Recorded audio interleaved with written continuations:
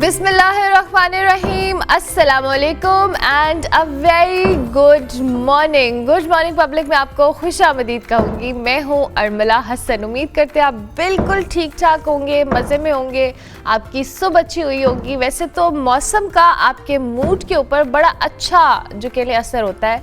अच्छा मौसम जो आपका मूड भी अच्छा कर देता है, और समटाइम जो बुरा मौसम होता है ना, जैसे कि गर्मी बहुत बुरा करती है। लेकिन आजकल हम गर्मी की बात अभी नहीं करेंगे, क्योंकि आपको पता है आइंदा आने वाले दिनों में हमने सिर्फ गर्मी की बात करनी है। लेकिन आज चूँकि वेदर प्लेजेंट है, इस्लामाबाद में भी आया बहुत बारिश हो रही है और लाहौर में भी अच्छा खासा प्लेजेंट वेदर है। सो हमने सोचा कि सुबह सुबह आज हम अच्छी बात करेंगे, और वो मौसम की बात है, जिसके लिए हमारे साथ इस्लामाबाद से हमारे कॉरेस्पॉन्डेंट नासिर भट्ट हमें ज्वाइन कर रहे हैं, और साथ साथ लाहौर से हमारे साथ नताशा रहमान हमारे साथ मौजूद है। आप दोनों को खुशामदीद कहेंगे, थैंक यू वेरी मच, आप दोनों का बहुत शुक्रिया। सबसे पहले हम जरा इस्लामाबाद का रुख करते हैं, क्योंकि वहाँ लाहौर से भी अच्छा वेदर है। तो नासिर भट्ट साहब हमें बताएं क्या सूरत हाल है मौसम की, कब से बारिश हो रही है, कब तक एक्सपेक्टेड है बारिश? बहुत शुक्रिया अमला। देखिए, हम इस्लामाबाद के जो वासी हैं वो गुज़श्ता चंद माह से इंतज़ार भी कर रहे थे, दुआएं भी कर रहे थे कि यहाँ पर बारिश हो जाए। 3 से 4 माह हो चुके थे इस्लामाबाद में बारिश नहीं हुई थी, लेकिन 3 से 4 रोज़ कबल महकमा मौसमियात ने नवीद सुनाई और बारिशों का जो सिलसिला है वो ना रुकने वाला जो सिलसिला है उसका आगाज़ हुआ। 3 से 4 रोज़ कबल जो है वो बताया गया, और बारिशों का आगाज़ जो है वो परसों से हो चुका है। और उसके बाद हम देख रहे हैं कि हल्का हल्का वक्फा तो आ रहा है, लेकिन मुसलसल जो है वो बारिश हो रही है। और ये हल्की हल्की रिमझिम है, बारिश वो भी नहीं है जिससे हम देखते हैं कि कारोबारी, इसके साथ साथ जो बाकी निज़ाम ज़िंदगी जो है मुतासर हो जाता है, जगह जगह पानी खड़े हो जाता है, लोगों को दुश्वारी का सामना होता है। इस तरह की बारिश नहीं हो रही, बल्कि रोमानवी किस्म का जो खूबसूरत किस्म का जो मौसम है, ये वो बारिश है जो बना रही है। और हम देख रहे हैं हल्की हल्की रिमझिम है, लेकिन एक नुकसान ज़रूर इस बारिश का हुआ, चूँकि गुज़श्ता रोज़ चैम्पियंस ट्रॉफ़ी के मैचेस जो हैं रावलपिंडी जो क्रिकेट स्टेडियम है वहाँ पर स्केड्यूल्ड हैं, वहाँ पर बड़ी तादाद में जो है शायकीन क्रिकेट पहुँचे थे, टीम्स भी पहुँच चुकी थी, लेकिन बारिश का मुसलसल जो है वो वेट किया गया, देखा गया कि बारिश अब रुकेगी, लेकिन बारिश जो है वो थमने का नाम नहीं ले रही, जिसके बाद जो क्रिकेट मैचेस हैं उनको भी जो है वो मुलतवी करना पड़ा, और शायकीन क्रिकेट जो है मायूस वापस लौटे। लेकिन वापस लौटते लौटते रास्ते में आती हुई जो फूड स्ट्रीट है, शहरियों ने वहाँ का रुख किया तिक्के कबाब, बोटी, समोसे, पकौड़े, यानी कि वो तमाम तर अशियाए खुदनोश, वो तमाम तर जो हम देखते हैं कि ऐसी चीज़ें होती हैं जो कि इस मौसम में एंजॉय की जाती हैं, और बाकायदा तौर पर पार्टीज़ के प्लान बनते हैं कि जी आज पकौड़े बनाए जाएंगे, समोसे खाए जाएंगे, या आज टिक्का बोटी का जो है प्लान होगा। तो इस हवाले से कैसी बातें कर रहे हैं, पकौड़े, समोसे, या बातें कर रहे हैं। मैं स्टूडियोज़ में बैठी हूँ, आप बाहर आउटडोर खड़े हुए हैं, और फिर आप ऐसे खाने पीने की बातें कर रहे हैं। नताशा, ये इस्लामाबाद वाले बहुत फास्ट है, ये लोग तो पकौड़े, समोसे, इन सब का प्लान करके बैठे हैं, हालांकि खाने में हम लाहौरी मशहूर हैं। बिल्कुल अर्मला, ऐसे ही है कि मैं नासिर की बातें सुन रही थी और मेरा सुबह सुबह ही ये मज़ेदार से जो खाने हैं वो खाना खाने को दिल कर रहा था। लेकिन ऑल्दो नाश्ते का टाइम है, लाहौरी हैं, पहले नाश्ता एंजॉय करते हैं, उसके बाद फिर दोपहर का खाना, और फिर शाम में जो एंजॉयमेंट होती है वो एक अलग ही होती है, क्योंकि वेदर बहुत ज़्यादा हसीन हो गया है, दिल फरेब हो गया है।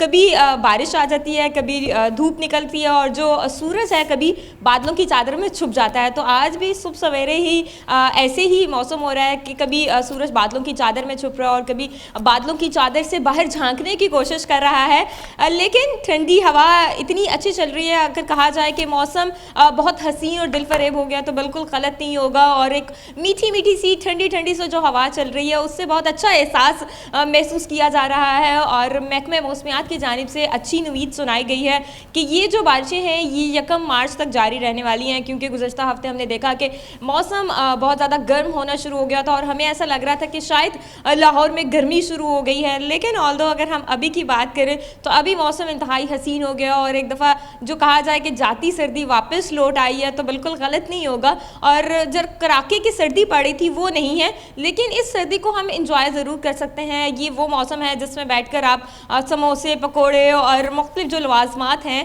उनको खाकर इंजॉय कर सकते हैं। लेकिन ऑल्दो अगर हम देखें लाहौरी हैं तो लाहौरी साथ साथ मौसम को भी इंजॉय करते हैं, काम भी करते हैं। तो चूँकि ऑल्दो आप स्टूडियो में बैठी हैं, आप मौसम को वैसे इंजॉय नहीं कर सकती हैं जैसे हम लोग आउटडोर जाकर वेदर को इंजॉय करते हैं। आपके वाली बात थी कि आइंदा आने वाली दोनों में हमें गर्मी ही मिलेगी और हमने गर्मी की ही बात करनी है। तो हमने सोचा कि क्यों ना ये जो मौसम है इसको हम इंजॉय भी कर लें। डेफिनेटली बड़ी अच्छी बात है, लोगों को पता होना चाहिए। In the end again Nasir, मैं आपसे सवाल करूंगी, मुझे बताएं इस्लामाबाद में कब तक प्रेडिक्शन है इन बारिशों के हवाले से?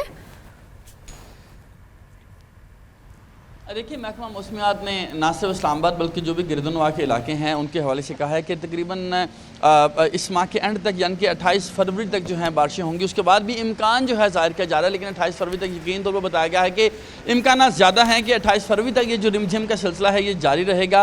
और हम देख रहे हैं जो सबसे खूबसूरत मामला है इस सारी सूरत हाल में वो ये है कि इस्लामाबाद का जो बिल्कुल हमसाए में मरी है, नॉर्दर्न एरियाज़ हैं, वो ठंडे मुकामात हैं, वहाँ पर बर्फ़बारी भी चूँकि है हम देख रहे हैं कि हो रही है। और इस हवाले से सियाहों की बड़ी तादाद में ना सिर्फ पाकिस्तान से ताल्लुक़ रखने वाले बल्कि गैर मुल्की सियाह भी बड़ी तादाद में मरी, इसके साथ साथ नथा गली और जो भी साथ वाले मुंसलिक एरियाज़ हैं वहाँ पर पहुँचे हैं और वहाँ पर इंजॉय कर रहे हैं। इस्लामाबाद में गो के यहाँ पर उस तरह से बर्फ़बारी तो नहीं हो रही, लेकिन मौसम इस तरह का हसीन बना हुआ। मेरे पीछे भी अगर आप कैमरा मैन आपको दिखा सके तो इंतहाई खूबसूरत ये मार्गला की पहाड़ियों का व्यू है। लाहौर में खाबे होंगे, लाहौर में ऑरेंज लाइन ट्रेन होगी, खूबसूरत मुकामात होंगे, बादशाही मस्जिद होगी।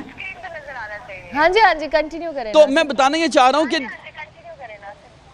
जी मैं बताना ये चाह रहा हूँ कि इस्लामाबाद में ये जो खूबसूरती है, ये मार्गला की पहाड़ियों में घिरा हुआ ये शहर है, ये खूबसूरती आपको मुल्क में किसी भी शहर में नहीं मिलती। तो ये वो खासियत है जो शहर इक़्तिदार में हमें मिलती है और शहरी जो हैं इन तमाम तर व्यूज़ को देखने भी यहाँ पर आते हैं। ये वो मुकाम है, मैं 7th एवेन्यू के मुकाम पर मौजूद हूँ। यहाँ पर भी जब हम आए हैं उससे पहले हमने देखा शहरियों की तादाद बड़ी मौजूद थी।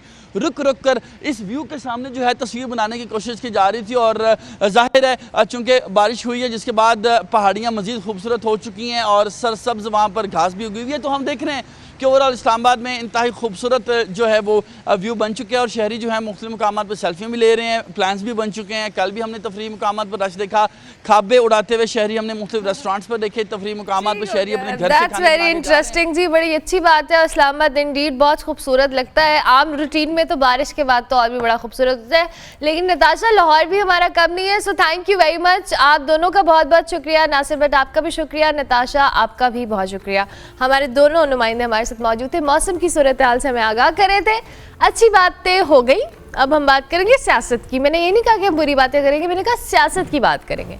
निगरान हुकूमत की जी तहकीकाती रिपोर्ट है, उसमें इंकशाफ हुआ है कि 9 मई के वाकयात बाकायदा मनसूबाबंदी के तहत किए गए, जिसमें बानी PTI और उनके जो दीगर पार्टी के अरकान थे वो उसमें बराह रास्त मुलव्विस थे। PTI के दर्जनों रहनुमाओं ने तशद्दुद को हवा देने के लिए किरदार अदा किया। ताहम शाह महमूद कुरैशी और चौधरी परवेज इलाही के खिलाफ मुकदमात कायम होने के बावजूद तहकीकाती रिपोर्ट में नाम शामिल नहीं है।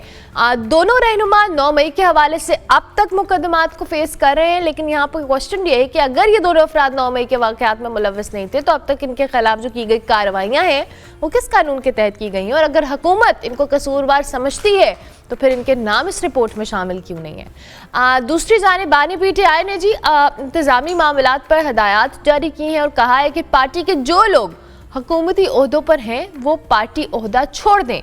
जिन लोगों ने 26वीं तरमीम के हक में वोट डाला उनकी पार्टी में कोई गुंजाइश नहीं है। जो लोग 26वीं तरमीम में गायब थे या राबते भी नहीं थे उनके मुतालिक फर्दन फैसला होगा। शेर अफजल मरवत पार्टी से बाहर है, ये फैसला भी बरकरार है। वज़ीर आला खैबर पख्तूनख्वा की हिदायत के मुताबिक फ़राइज़ अंजाम दे रहे हैं, जबकि वफाकी वज़ीर एहसन इकबाल ने PTI क़यादत पर तंज के तीर बरसाते हुए कहा कि जो जेल में हैं हमें उनकी चीखें सुनाई दे रही हैं, अमेरिका की मिन्नतें की जा रही हैं कि माई बाप हमें बचाओ।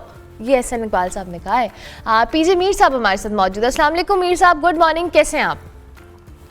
बिल्कुल ठीक, all good Urmila. Thank you very much for joining us, बहुत शुक्रिया आपका। मीर साहब, ये जो तहकीकाती रिपोर्ट है इस पे जो पॉइंट्स मैंने अभी रेज किए, आई होप कि आपके दिमाग में भी ये सवाल आया होगा कि 9 मई के हवाले से जो भी निगरान हुकूमत की जो तहकीकाती रिपोर्ट है इसमें बराह रास्त शामिल होने के हवाले से तो आया है, लेकिन जो शाह महमूद कुरैशी हैं और परवेज इलाही हैं वो तो इसी सिलसिले में मुकदमा फेस कर रहे हैं, राइट?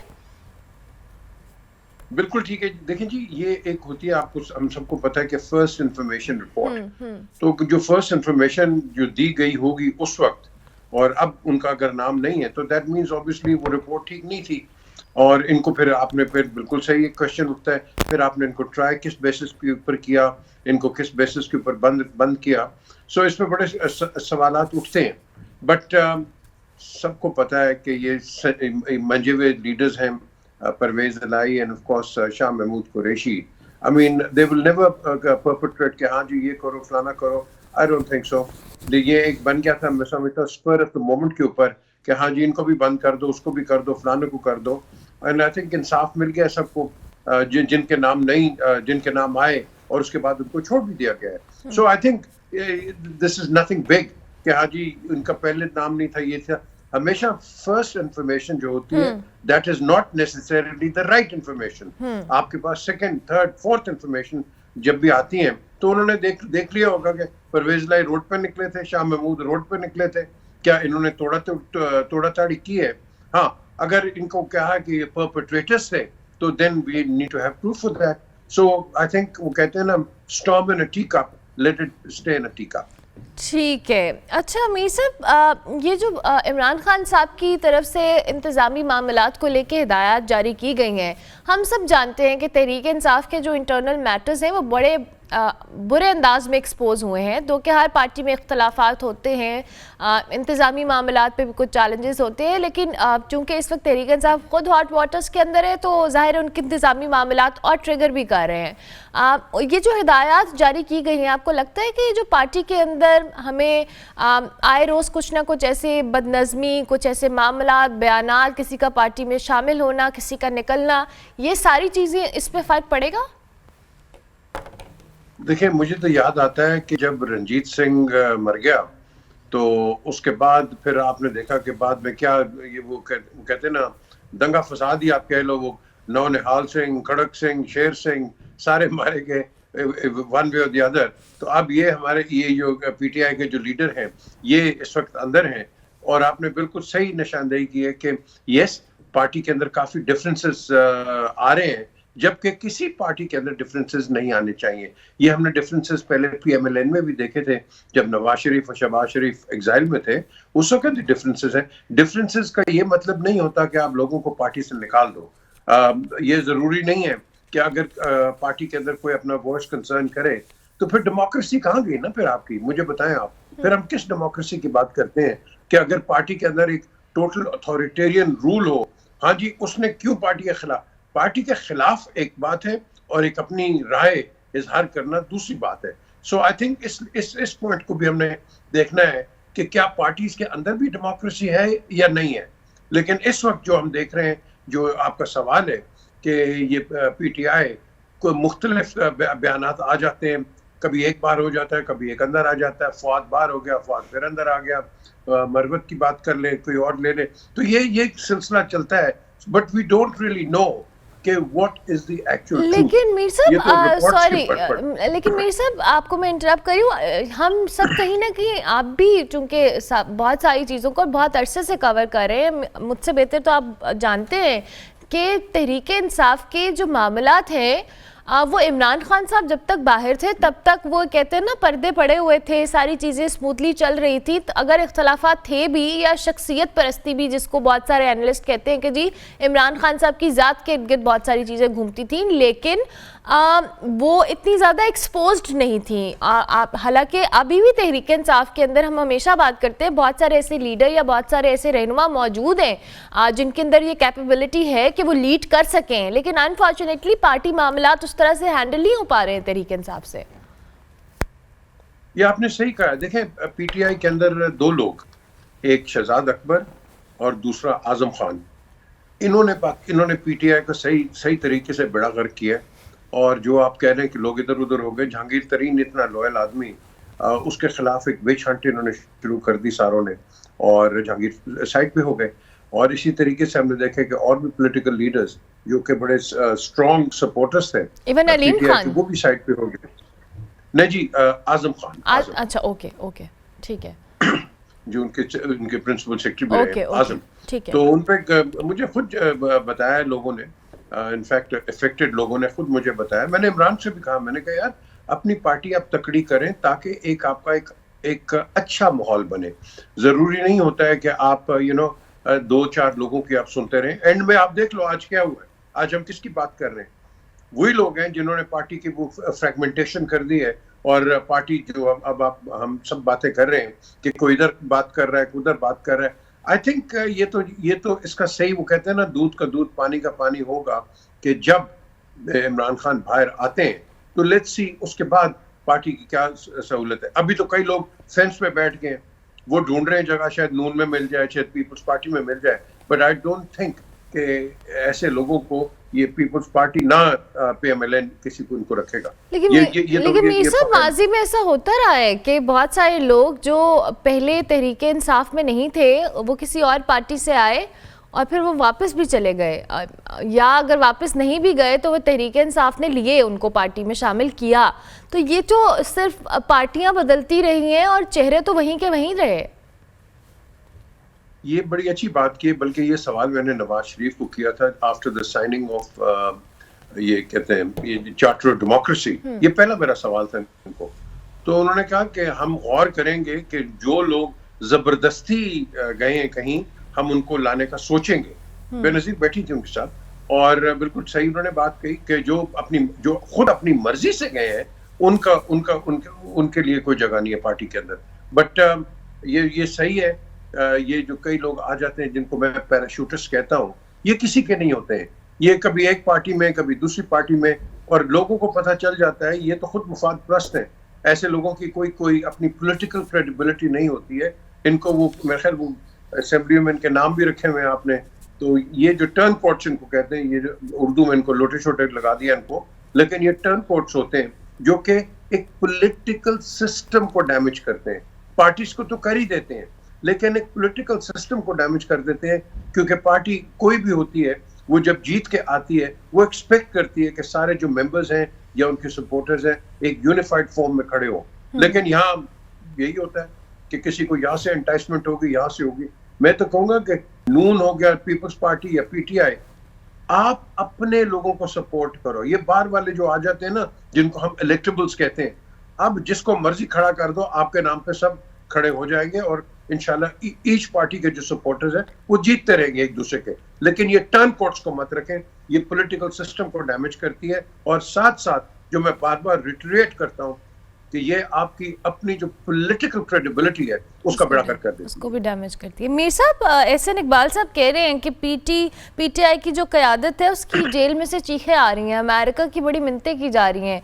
तहरीक इंसाफ एक्सपेक्ट तो कर रही थी कि ट्रंप के आने के बाद कुछ चीज़ें बेहतर होंगी, लेकिन क्या ये कौन सी मिन्नतें हैं जो तहरीक इंसाफ कर रही है? देखिए, पहले तो डिसाइड करें कि क्या United states of America Pakistan को गवर्न करेंगे या वो रन करेंगे, या उनके कहने पे जो भी हमारी गवर्नमेंट है वो काम करेगी। पहले तो उसको डिसाइड कर लेना। कोई भी आउटसाइड की गवर्नमेंट जो होती है वो नहीं करती। कितने लोगों ने कहा था कि जुल्फकार अली भुट्टो को क्लेमेंसी दे दें, उनको ये ना करें। गवर्नमेंट ऑफ पाकिस्तान ने जो करना था कर दिया था, end of the story. Wrong और राइट, यहाँ पोजीशन थी आइदर इट्स मी और आइदर इट्स यू, तो between general Zia and of course Zulfikar Ali Bhutto. So यहाँ भी इस वक्त जो भी डिसीजन है वो हमारे कोर्ट्स देंगे, ये हमारे जो ऑनरेबल कोर्ट्स हैं। आई वुड एक्सपेक्ट कि अगर तो इमरान गिल्टी है, do punish him according to the law. अगर गिल्टी नहीं है, but don't do that. Political cases हमें सबको पता है। मैं रिमाइंड भी कराता हूँ, नवाज शरीफ पे कितने केसेस आपने डाले। आपने आसिफ जरदारी पे 11 साल उस आदमी को आपने खराब किया, उसकी 11 साल की जिंदगी कौन रिप्लेस करेगा? बेनजीर भुट्टो पे लगाए, आज इमरान पे लग गए। तो ये जो पॉलिटिकल केसेस हैं ये हमारे चलते आ रहे हैं, और अब टाइम आ गया यार, बंद कर दो, बहुत हो गई है। हम डैमेज किसको कर रहे हैं? अपने आप को हम डैमेज कर रहे हैं, अपने आप के सिस्टम्स को कर रहे हैं। आपकी पुलिस पोलिटिसाइज हो गई है, आपके गवर्नमेंट डिपार्टमेंट्स पोलिटिसाइज हो गए हैं। तो अगर आपने ये अपनी वो जिसको कहते हैं इंटरनल मैकेनिज्म और मशीनरी या इंजन रूम, इसको अगर आप खराब कर दोगे तो मुझे बताओ आपने ये मुल्क कैसे चलाना है?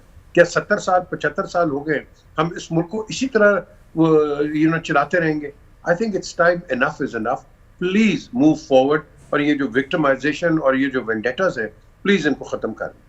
ठीक हो गया। Thank you very much Mir साहब, बहुत शुक्रिया कि आपने हमें ज्वाइन किया। PJ मीर साहब सीनियर सहाफ़ी तज्ज़ियाकार हमारे साथ मौजूद थे जी। मौजूदा सियासी सूरत हाल के ऊपर अपना तज्ज़िया दे रहे थे। हम ब्रेक लेंगे, ब्रेक के बाद वापस आएंगे। आप देखते रहिए गुड मॉर्निंग पब्लिक।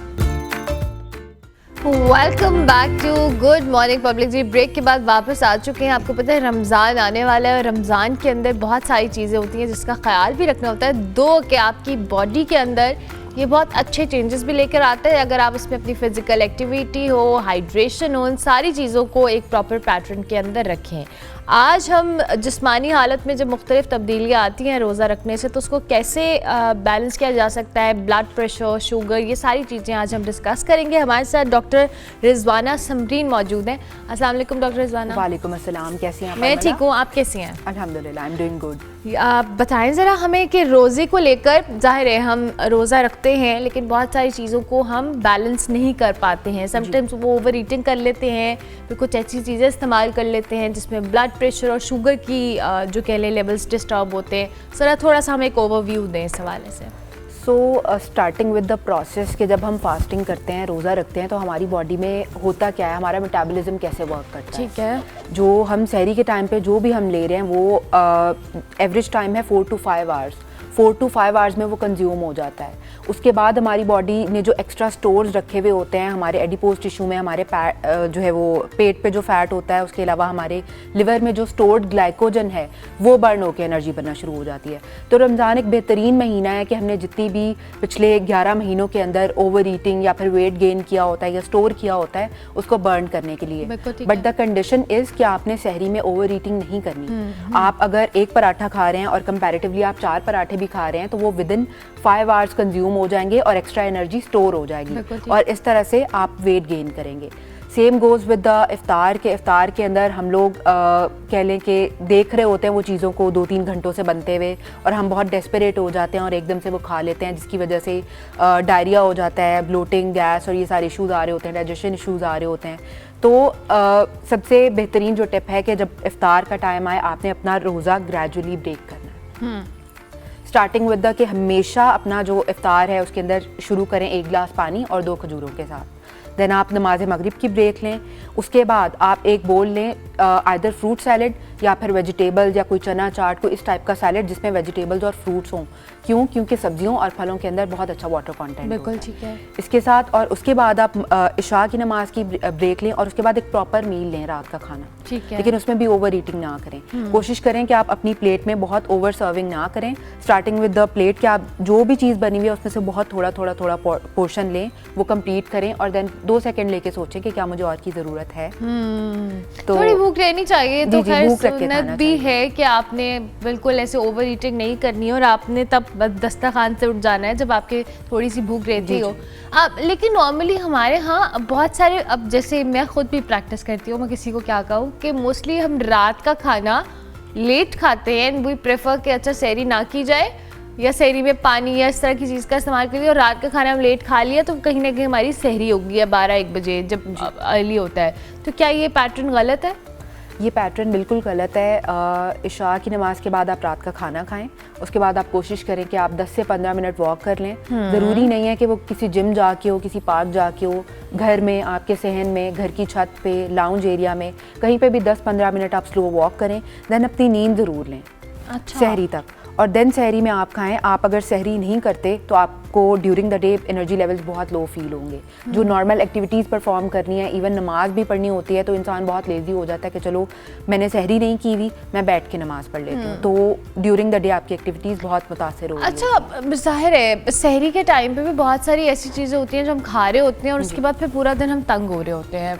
हमें ऑयली चीज़ें और सहरी में पराठे और इस तरह की चीज़ें जब तक नहीं मिलती तो लोग कहते हैं जी सहरी नहीं हुई है, क्योंकि हम समझते हैं कि वो अगर हम इतना ज़्यादा खा लेंगे तो वो पूरा दिन वो अच्छे से वो चलेगा। तो ये ज़रा कॉन्सेप्ट भी क्लियर करें। नहीं, सहरी में ऑयली जो है वो फूड वो बिल्कुल भी नहीं लेने चाहिए। मोस्टली लोग सहरी के बाद सो रहे होते हैं। हम लोग सहरी की, उसके बाद नमाज़ पढ़ी, कुरान पाक पढ़ा, एक ड्यूरेशन आ जाती है, एटलीस्ट 1 से 1.5 घंटा सब लोग सो रहे होते हैं। लेकिन वो जब हम लेट जाते हैं ऑयली चीज़ें खा के, वो पूरा दिन आपको इशू कॉज करता है, स्पेसिफिकली एसिडिटी के इशूज़ कॉज कर रहा होता है। गैस्ट्रिक डिस्कम्फर्ट भी आता है और एसिडिटी भी हो रही होती है। तो बेहतर है कि सहरी में आप पराठों को और नान और चने, इन चीज़ों को अवॉइड करके, आपने अगर खाना है, देसी खाना ही खाना है, आप रोटी खा लें। आप ब्रेड नहीं खाना चाह रहे, हाँ, चावलों को अवॉइड करना चाहिए जिससे पूरा दिन प्यास लगती है, लेकिन पराठों पे रोटी को जो है वो प्रेफर की जाए। अच्छा डॉक्टर रिजवाना, हमारे यहाँ बहुत सारे ऐसे ब्लड प्रेशर या डायबिटिक या उस तरह के पेशेंट्स होते हैं जो प्रेफर करते हैं वो रोज़ा रखें जी। उनके लिए क्या रिकमेंडेड होता है कि उनकी शुगर लेवल ज़्यादा लो भी ना हो, ब्लड प्रेशर भी ठीक रहे, तो कौन सी चीज़ें हैं या कौन सा ऐसा पैटर्न है जिसको फॉलो करें?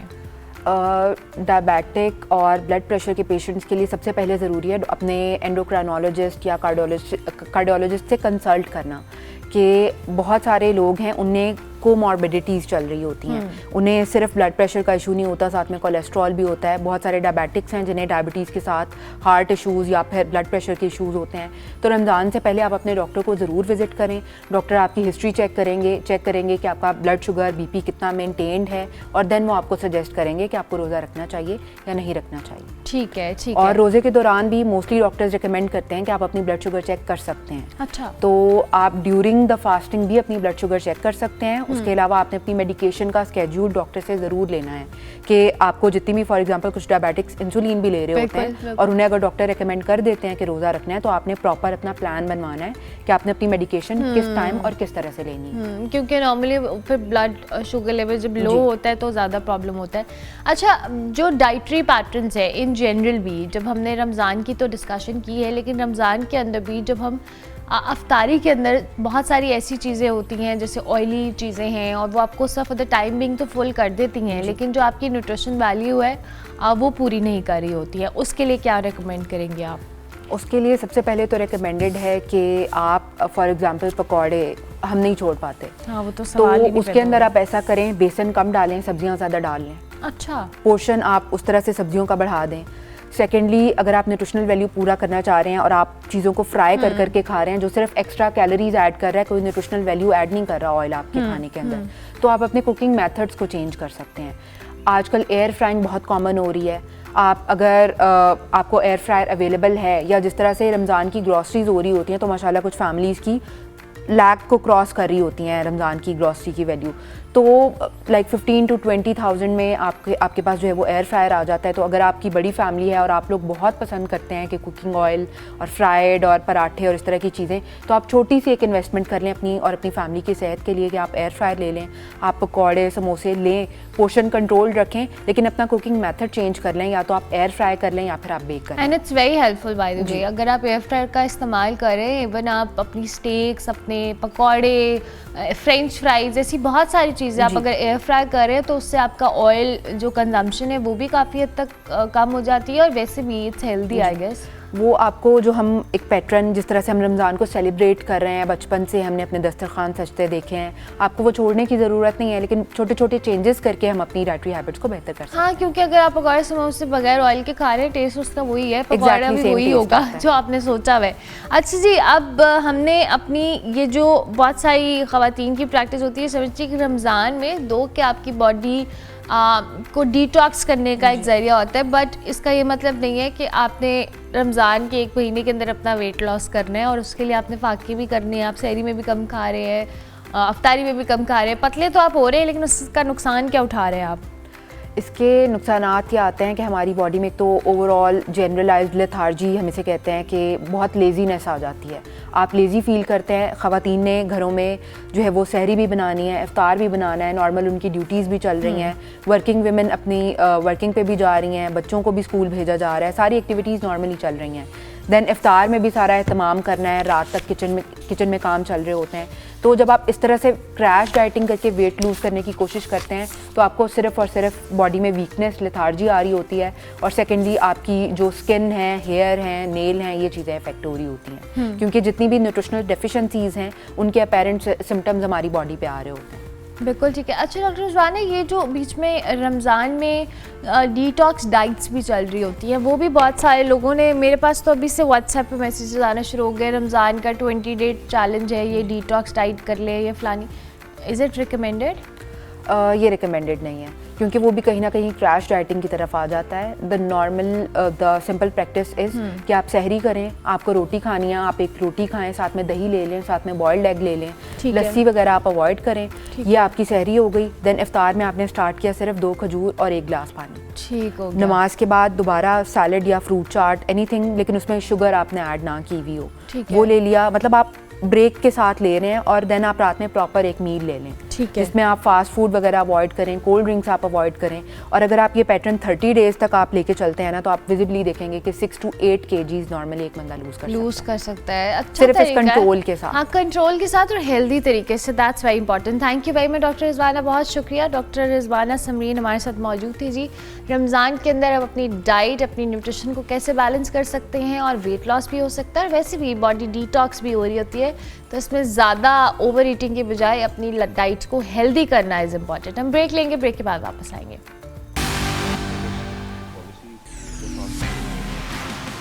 कुछ करना तो वेलकम बैक जी, वापस आ चुके हैं हम प्रोग्राम में। क्रिकेट की आपको पता है इस आवर में हम बात करते हैं, और जाहिर है चैम्पियंस ट्रॉफी 2 के ये होस्टिंग हमारे होम ग्राउंड पे हो रही है, but unfortunately Pakistan team is not a part of this Champions trophy any more, क्योंकि कल हमने एक आखिरी मैच बांग्लादेश के अगेंस्ट खेलना है, लेकिन उसका हमारी जो चैम्पियंस ट्रॉफी है उसमें आखिरी मैच होगा, उसका कोई जीतना हारना इतना ज़्यादा इम्पैक्ट नहीं करेगा। 2 के कल रावलपिंडी स्टेडियम में, एज वी ऑल नो, के जनूबी अफ्रीका यानी साउथ अफ्रीका और ऑस्ट्रेलिया का मैच था, लेकिन अनफॉर्चुनेटली बारिश की वजह से वो जो मैच है वो मनसूख हो गया, और उसके बाद दोनों टीम्स को एक पॉइंट मिल गया।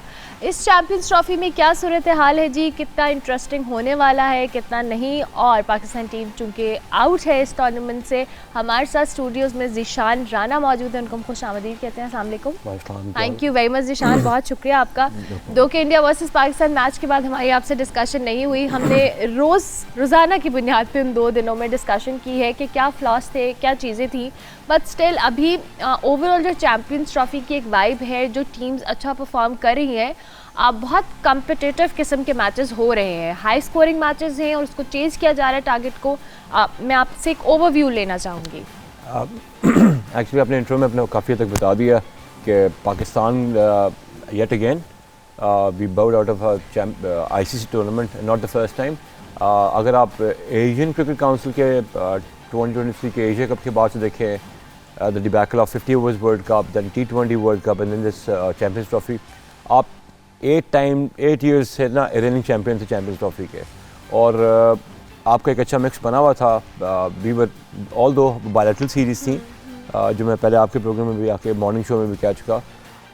What did we do wrong कि हमारा जो 50 ओवर्स का जो हमारा टेम्पलेट सेट हुआ था, जिसमें कि एक आपका प्लेयर अनफिट हुआ, Saim Ayub, and we lost the plot all together, और उसके बाद हमने एक ओपनर को चेंज करने के लिए 5 आउट ऑफ द टीम बंदे डाले, उसकी वजह से टीम का पूरा कॉम्पोजिशन ख़राब हो गया। I am not gonna go to the detail but yet, अब जब लोग देख रहे हैं तो उनको बताना ज़रूरी है।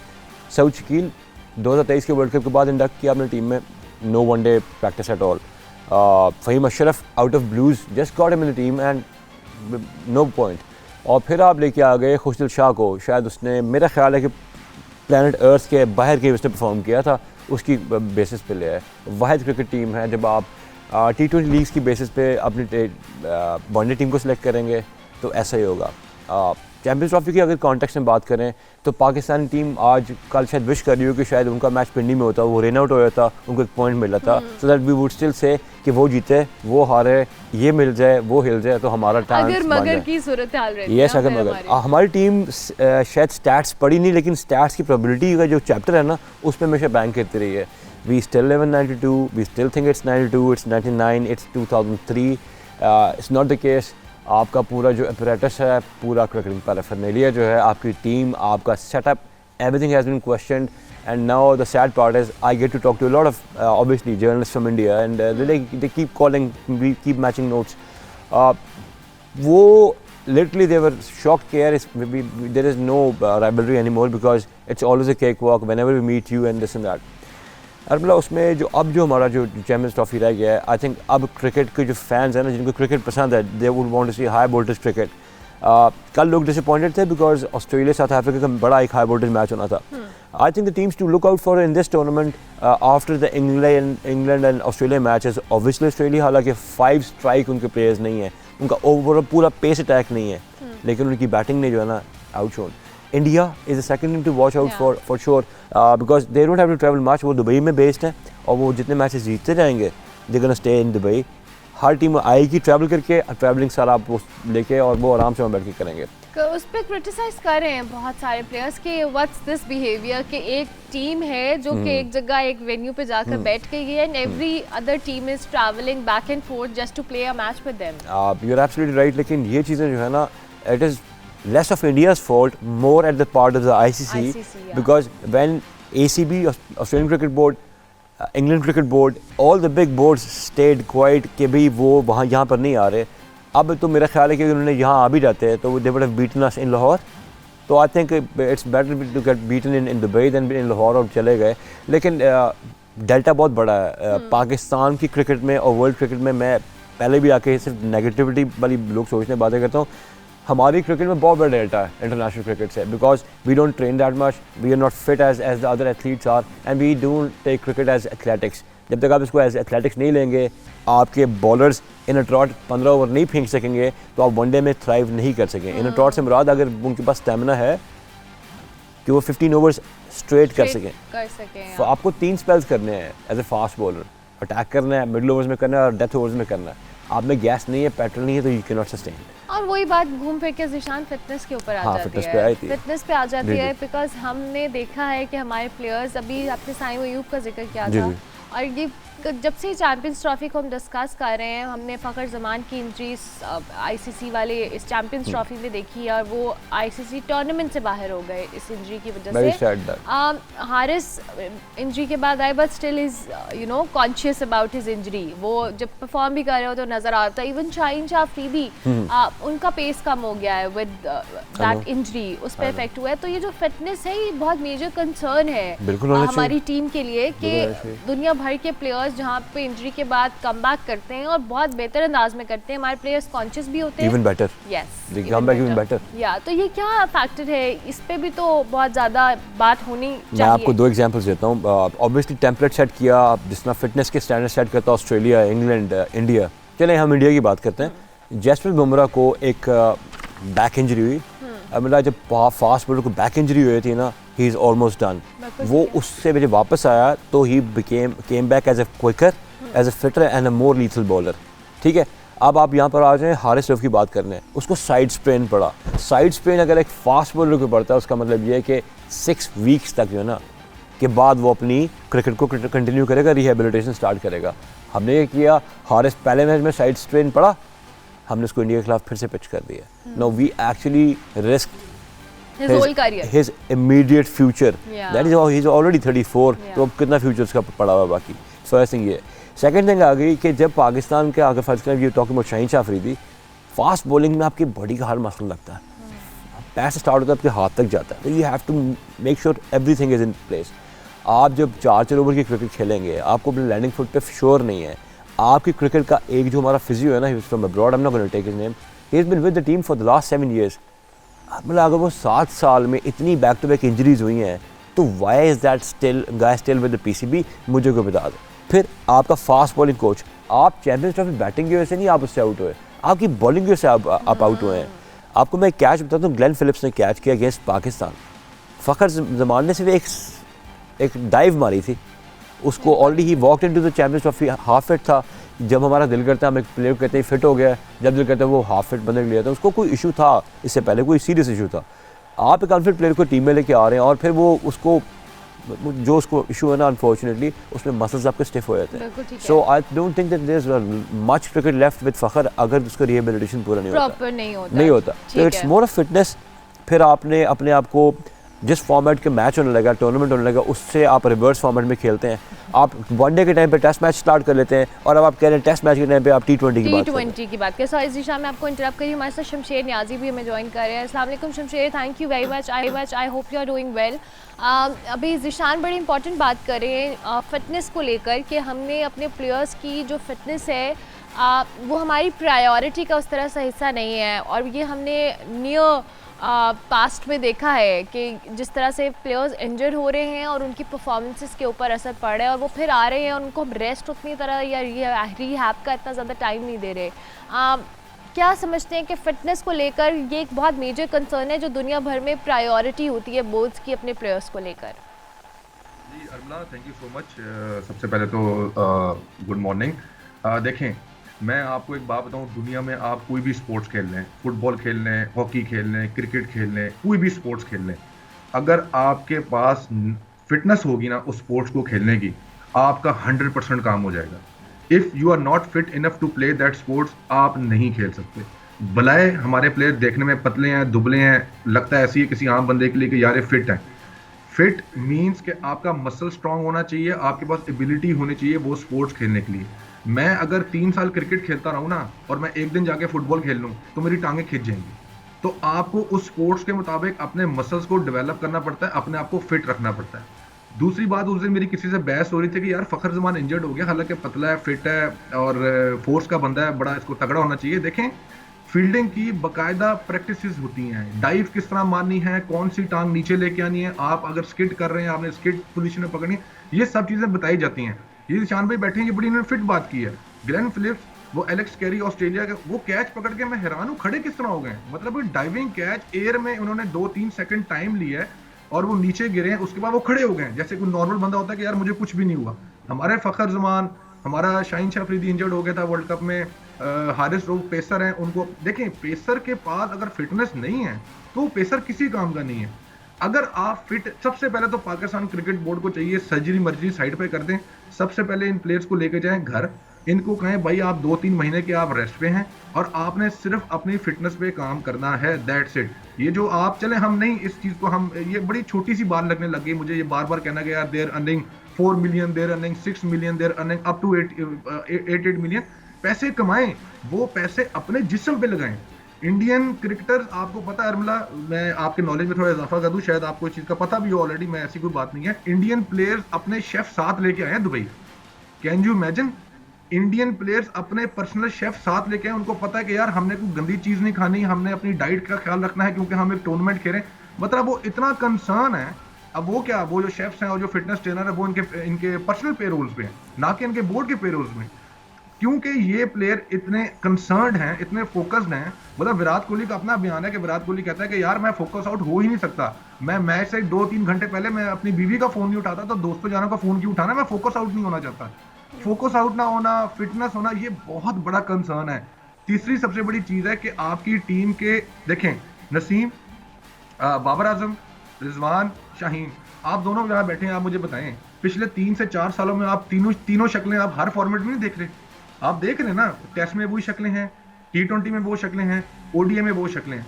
भाई इनको रेस्ट कब देना है आपने, प्लेयर फटीक हो जाता है, एक नॉर्मल बंदा फटीक हो जाता है 8 घंटे की नौकरी सॉरी मैं करके। आपको इंटरप्ट कर रही हूँ, आपने बड़ी इंपॉर्टेंट बात की है, मैं इस पर जिशान का भी कमेंट लूँगी, फिर मैं दोबारा आपकी तरफ आती हूँ। जिशान, इन्होंने भी बात की कि हम एक प्लेयर को ना, हमने 3-4 ऐसे प्लेयर्स के इर्द गिर्द अपनी टीम को बांध दिया है कि यही प्लेयर्स हैं, हमारे पास और शायद टैलेंट नहीं है, हम किसी और को स्टार नहीं बना सकते, किसी को अपॉर्चुनिटी नहीं दे सकते। और उसकी वजह से, मैं ये सब प्लेयर्स के लिए नहीं कह रही, कुछ प्लेयर्स ऐसे भी हैं, आप भी जानते हैं, कि वो इस चीज़ को फॉर ग्रांटेड लेना शुरू हो गए हैं। अभी हमने एग्जांपल भी देखी और कल हमारे पास सैयद हैदर एनालिस्ट भी आए हुए थे, वो कह रहे कि विराट कोहली इंडिया वर्सेस पाकिस्तान के मैच से पहले अगर 10 बजे उनका ट्रेनिंग का टाइम था तो वो 8 बजे आए थे कि 2 घंटे उन्होंने प्रैक्टिस के लिए लिया था। But instead of coming early, हमारे जो स्टार प्लेयर हैं जिनको हम कहते हैं बाबर आजम, उन्होंने वो प्रैक्टिस सेशन अटेंड भी नहीं किया, बिकॉज ही वाज लाइक कि ये एक बहुत ऑप्शनल अटेंड करने की चीज़ थी। तो दिस काइंड ऑफ डेडिकेशन, जब आपने वर्ल्ड नंबर 1 बनना है या उसको सस्टेन करना है, how important is that? It's really important and I think यही वाली बात आर्गुमेंट होती है। विराट को हम लोग क्यों डिस्कस करते हैं, द बेसिक पॉइंट, 70 रन्स ही took out of the century by himself, उसने बाउंड्रीज नहीं लगाई। पाकिस्तान का, I start with the bowlers. Naseem Shah की हम बड़ी बात करते हैं। नसीम शाह, आप ओवर द लास्ट, ये नाजिर साहब इसको इंडोर्स करेंगे, तकरीबन कोई he has put on around 8 to 9 kilos. 8 to 9 kilos is a lot. Is a lot for a fast bowler who is not that tall. वो उसकी बॉलिंग की बेस ख़त्म हो गई। दूसरे ओवर में जो उसके चेहरे के तासुरात होते हैं ना, विराट के सेंचुरी के बाद भी वो तासुरात नहीं थे कि इफ़ ही वाज टायर्ड और व्हाट। फिटनेस करती क्या है, फिटनेस जब आपके पास क्रंच मोमेंट आता है ना, तो आपकी इंड्योरेंस जब अगर बॉडी में होगी ना, तो देन आपकी एबिलिटीज इंटैक्ट रहती हैं और आप जो है ना पैनिक नहीं करते। तो विराट हो गया क्योंकि हमारे रीजन का, इसलिए हम समझते हैं कि बिकॉज DNA से ऑलमोस्ट तकरीबन ऐसे होते हैं। अगर आप ये सीना कंट्रीज़ में देखें, ऑस्ट्रेलिया, इंग्लैंड, साउथ अफ्रीका, इन टीम्स में देखें, they are born athletes. Why? Because rugby खेलते हैं वो लोग, उनमें एथलेटिक्स में है, there into long jumps, javelins. वो जो रग्बी आप खेलते हैं तो आपको जो थ्रो करना, आपको डाइव करना, आपको पता है कैसे करना है। अब जो आपका बोर्ड, अगर बोर्ड की स्पेंडिंग की बात करें on these players, the star players, अच्छा भला स्पेंड करते हैं। मतलब डे एंड पे जिम में तो आपने खुद जाना है ना, आप अपने किसी बंदे को, किसी को आगे मुलाजिम रख कर तो नहीं भेज सकते। So you have to take those hard yards by themselves. अब आगे बात इस टीम के न्यूक्लियस की। किसी भी इदारे में, किसी कॉर्पोरेट एंटिटी में, दुनिया में कहीं पे भी, इफ़ यू डोंट परफॉर्म, आज के दौर में, डे एंड एज में, मंथली बेसिस पे, वीकली बेसिस पे आपका अप्रेजल हो रहा होता है, आप क्या करें? For not doing anything, just being a part of a certain group or a background, or they've made a cult out of it। मैं बड़ा क्लियरली कहता हूँ, आपने 7-8 लोगों को परमानेंट टीम में रखा, जब आप बताएंगे कि आपकी स्लॉट पक्की है तो वो कैसे they will not perform. Then मैं देख रहा था कैचिंग प्रैक्टिस हो रही है, आई थिंक आप में से किसी ने कवर किया कि नहीं किया। There was a journalist from India, उसने मुझे एक वीडियो भेजी थी, पाकिस्तान की cricket team slip catching practice, all important match India से पहले पता है किनको करा रही है? स्लिप कैचिंग आपके फास्ट बॉलर्स को, स्पिनर्स को ना, जिन्होंने क्रिकेट कवर किया, जिन्होंने क्रिकेट खेली हुई है। Slip catching is a very tricky business. जिस तरह वो कहते हैं ना, क्रिकेट खेलता हूँ फिर फुटबॉल खेल लूँ, आपकी उंगली में से किसी को कुछ हुआ था, you are already 2 bowler shot, spinner आपके पास है नहीं, और फास्ट बॉलर आपका इंजर हो जाएगा। कौन इनको ये ड्रिल्स बताता है और कौन इसको इम्प्लीमेंट कराता है? It is just beyond my comprehension. जब तक पाकिस्तान क्रिकेट में, क्योंकि this is the only one sporting nation, ये चीज़ नहीं होगी, ये चैंपियंस ट्रॉफी के आगे वर्ल्ड कप आएगा, मैं जैसे आपको नहीं कहता कि मैं 2 महीने बाद फिर भी बातें कर रहा हूँ। मुझे लगता है वो हमारा है ईट स्लीप रिपीट ना, इनका है beat sleep repeat. You are so right. Shamsher, आपका भी कमेंट मैं इस पे लूंगी क्योंकि फिर उसके बाद मुझे क्लोजिंग करनी है। क्या ऐड करेंगे आप जी? ऐड क्या करना है, पाकिस्तान अब एक तरह से क्या मतलब चैंपियन ट्रॉफी से बाहर हो गया है। मतलब आप इतने, मतलब मैं इतना हैरान हूँ कि 19 तारीख को आपने टूर्नामेंट खेलना स्टार्ट किया और 23 तारीख को आप टूर्नामेंट से बाहर हो गए, होम टूर्नामेंट। एटलीस्ट अब देखे ना, पूरी मुल्क और पूरे हमारे पाकिस्तान में ना बोरियत छा गई। अब चैंपियन ट्रॉफी ना लिटरली किसी का देखने का दिल नहीं करा। जितने भी, हाँ मतलब कि क्या इंटरेस्ट रह गया आपकी? अपनी टीम जब रही नहीं है, उसने मुकाबला ही नहीं किया, 4 दिन का टूर्नामेंट, 2 हफ्ते का टूर्नामेंट आपने 4 दिन में खत्म कर दिया, तो कोई फ़ायदा नहीं। और पाकिस्तान टीम को इस टाइम जो, अगर आपके पास कोई चॉइस नहीं है, मैं आपको फाइनल कमेंट देता हूँ, अगर आपके पास कोई चॉइस नहीं है, एटलीस्ट इस टीम को रेस्ट दें, इनको सोचने का टाइम दें, इन पे काम करें। अगर आप काम नहीं करेंगे, अगर आपने वही सिलेक्शन कमेटी को कह के इधर उधर के लोगों को बुला के आपने टीम सेलेक्ट करवानी है, और ये पहले दिन से रोला डाल रहा है, ये सिर्फ मैं नहीं, हर कोई रोला डाल रहा है कि भाई टीम नहीं सही सिलेक्ट, इसको चेंज कर लो। टाइम भी था आपके पास, लेकिन नहीं, पर्सनल इंटरेस्ट हो, ग्रुपबाजी हो, ये जब तक टीम में चलता रहेगा। आप मतलब अगर लोकल लेवल पे आप दोस्तों यारों में भी ग्रुपिंग हो जाए ना, आपकी दोस्ती नहीं चलती। ये तो फिर इंटरनेशनल और ग्लोबल लेवल पे बात हो रही है, तो इस पे कैसे चल सकती है? यहाँ पे इतने बड़े बड़े जिन बैठे हुए हैं। अभी आप शुक्र करें कल साउथ अफ्रीका ऑस्ट्रेलिया का मैच नहीं हुआ, ऐसे आपको छक्के देखने को मिलते हैं, ऐसी रियलिटी चेक मिल रहा था, आपको समझ आ जाती है। आपको रियलिटी चेक ऑस्ट्रेलिया ने इंग्लैंड के मैच में ही दे दिया था। सॉरी, आपका टाइम जरा शॉर्ट है, मैं आपको एक लास्ट कमेंट दे दूं। ये निशान पे एक बात करते स्लिप की, कैचिंग प्रैक्टिस की।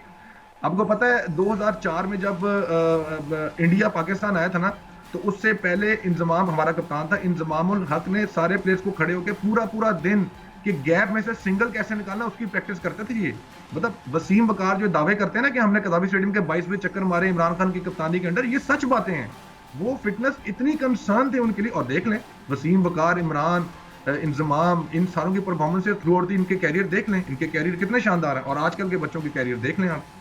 बिल्कुल ठीक है। Thank you very much Shamsher, बहुत शुक्रिया, और इसका भी बहुत शुक्रिया कि आपने टाइम दिया।